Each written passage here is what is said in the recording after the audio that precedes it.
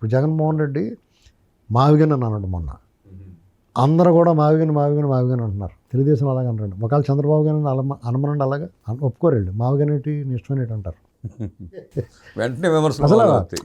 మీకు తెలుగుదేశం కార్యకర్తలు ఎలా ఉంటుందంటే అండి, చంద్రబాబు నాయుడు గారి మీద అపారమైన ప్రేమ. ఎన్టీ రామారావు గారు, చంద్రబాబు నాయుడు, వీళ్ళందరి మీద, నాయకుల మీద, బాబు గారనే కాదు, సీనియర్ నాయకులు, బాగా అగ్రెసివ్గా ఉండే నాయకులు, బాగా పనిచేసే నాయకుల మీద ప్రయత్నం ప్రేమ పెంచుకుని ఉంటారు. ఇంటి మనుషులుగానే చూసుకుంటారు వాళ్ళు. వాళ్ళు ఒకవేళ పార్టీ ఎప్పుడైనా విడిచిపెట్టి వెళ్తున్నప్పుడు కూడా బాధపడిపోతారు. అసలు బయట పార్టీలోకి వెళ్ళినా కానీ ప్రేమిస్తారు. అవును. వాళ్ళు పార్టీని దూషించకుండా ఉంటే ఇప్పుడు ఉదాహరణ రేవంత్ రెడ్డి గారు అంటే తెలుగుదేశం పార్టీ కార్యకర్తలు ఒక విశేషం అది. అలాంటి కార్యకర్తలు మన లోకేష్ గారు ఎక్కడికో టూర్ వెళ్ళాడు 2 రోజులు 3 రోజులు. మాకు చెప్పండి ఎందుకు వెళ్ళామని బయట వాళ్ళు విమర్శిస్తే వీళ్ళు కూడా విమర్శించారు. చంద్రబాబు నాయుడు గారిని కార్యకర్తలు కాకుండా ఇక్కడ భక్తులు ఉంటారు బాబు గారికి తెలుగుదేశం పార్టీలో.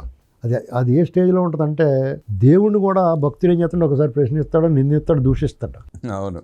మనం చంద్రబాబు నాయుడు గారిని తెలుగుదేశం కార్యకర్తల రూపంలో ఉన్నవాళ్ళు విమర్శిస్తున్నప్పుడు మనం తిట్టుకోకూడదు. అంటే మరీ ఎక్స్ట్రీమ్కి వెళ్ళిపోతే తప్పయ్యాన్ని మందలించాలి తప్ప, వాళ్ళు ఏంటంటే ఒక రకమైన ప్రేమ ఎక్కువైపోతే పైత్యం వచ్చేద్ది.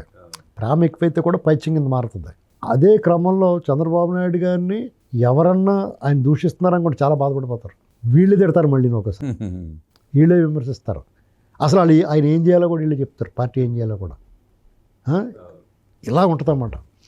అటువంటి కార్యకర్తల దగ్గర నెగ్గుకు రావటం అంటే చాలా కష్టం. ఎవడు మడితే ఆడికి పని జరగదు అలాగా. అందుకనే కార్యకర్త అధినేత వాళ్ళు ఎందుకంటున్నారంటే అది వాళ్ళకి తెలుసు.